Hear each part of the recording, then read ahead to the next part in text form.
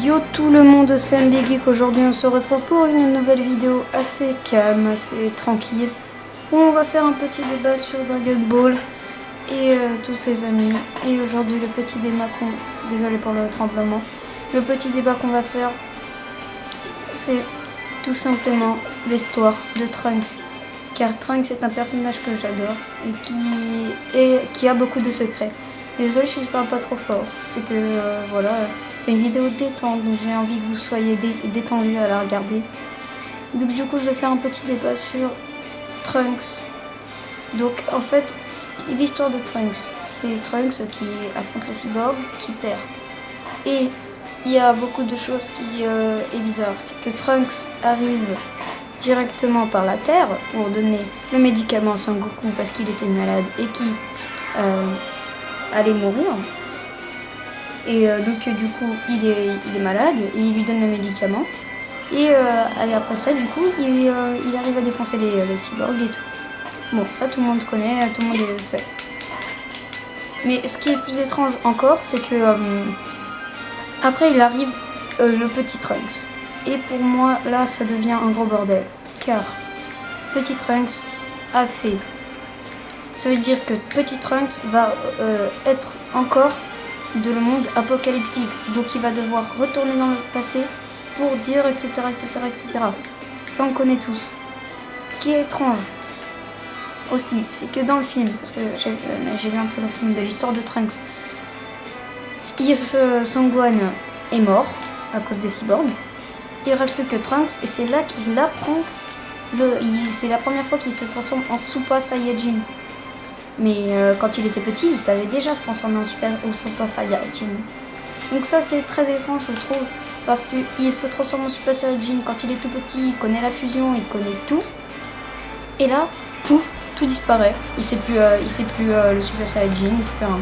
Ce qui me chiffonne encore un peu, c'est que dans le monde apocalyptique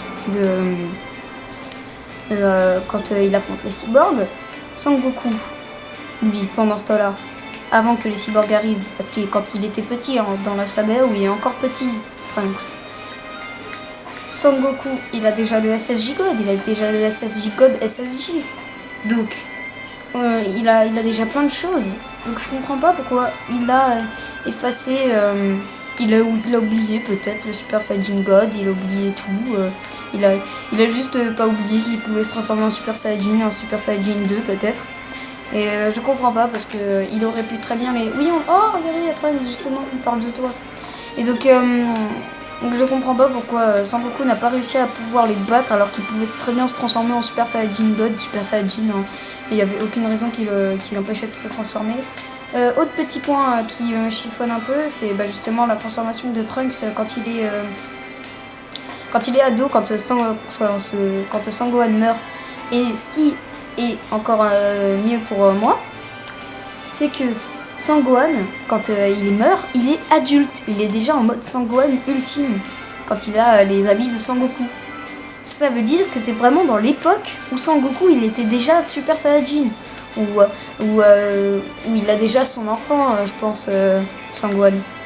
Et tout ça. C'est très étrange que tout le monde meurt alors qu'ils étaient déjà bien, je pense, bien plus surpuissants que les cyborgs. Alors que dans l'arc Cell, enfin dans l'arc cyborg, et ils arrivent à les battre, mais juste en se transformant en Super Saiyajin 2. C'est très étrange quand même. Et à cette époque-là, Son Gohan, il est déjà tout petit. Enfin, il est déjà en mode ado, quoi. Alors que dans la réalité, Trunks, il était déjà assez adulte. Non, là, je dis des conneries, non. Oubliez tout ce que j'ai dit, là. Jusqu'à Son Gohan quand il était ado. C'est normal, ça, parce que quand il remonte dans le temps, Son Gohan, il est encore petit. C'est normal parce que Trunks, c'est encore un bébé. Donc, voilà. J'ai dit des conneries, là. Parce que Trunks il est quand même beaucoup plus petit que Son Gohan. Donc c'est étrange, je trouve ça très étrange. Je dis pas que c'est un gros fort accord, mais bon.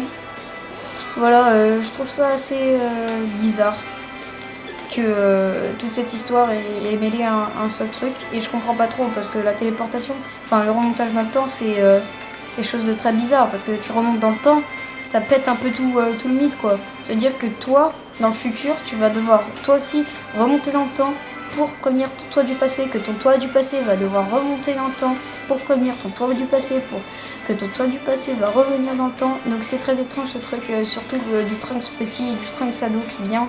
Ça me fout un gros doute.